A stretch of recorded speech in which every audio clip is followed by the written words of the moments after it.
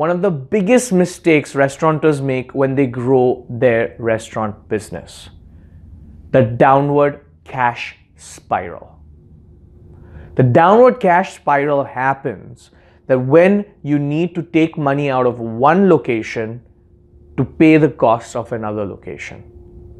So what happens is that maybe you have one restaurant that's doing fine, then you expand and you open a second one and maybe it does okay, then the third one's doing great and the fourth one's not doing great at all. So you begin to take money from the restaurants that are doing great business, that have a lot of cash, and you start pumping it into paying bills for the restaurants that don't have much cash. And you start moving this cash around. And when you start moving this cash around, you no longer have cash, because you're constantly at the mercy of the good restaurants paying for the bad restaurants. And you're stuck. Should I shut the bad restaurants down? How long should I keep them running? And that is going to drain your cash flows and maybe put you out of business. So don't fall for this downward cash spiral.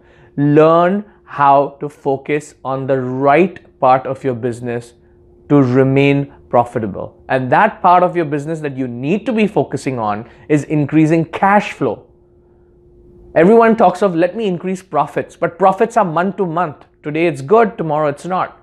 But if you focus on increasing cash flows, when I say cash flows, I mean 1 month's revenue in the bank is a good cash flow to begin with. That is how you know that you are successful in what you do, is when you have a lot of cash in the bank through proper cash flow management, because cash is oxygen. You want to take on a new opportunity, you need cash. You want to take risks, you need cash. You want to grow, you need cash. If you want to take on external funding and you show your investors you have cash in the bank, they're running after you, not you after them. So cash is oxygen in this business. Keep increasing your cash flow. Start with 1 month. You got one restaurant, put away one restaurant's revenues. Collect up to one restaurant's revenues and put it away in a bank account and don't touch it. That's your cash flow. Don't touch it. Find a way. The big question comes is, if your margins are only 6 to 8% to 12%, in some case 15% to 20%, how do you put away a whole month's revenue? Well, how do you put it away the whole month's revenue is you start slowly. You put away 10% or 5%, whatever you can put away. And slowly by slowly, when you begin to focus on increasing cash flow, you'll figure it out.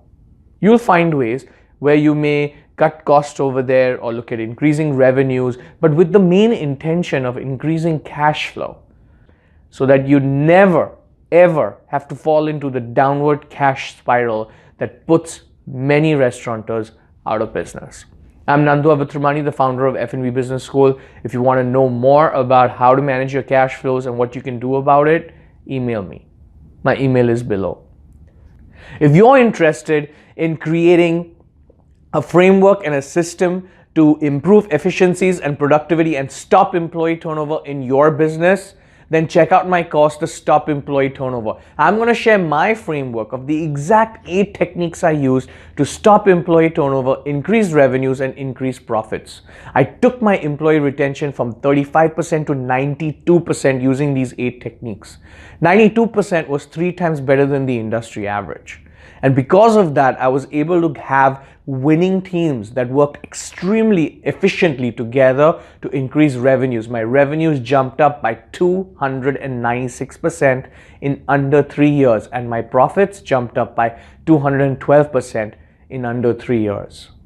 So if you're looking for a proven framework to stop employee turnover and increase revenues, check out the Stop Employee Turnover course. The link is below. Until next week, thank you. I'm Nandu Awatramani, the founder of F&B Business School. Bye.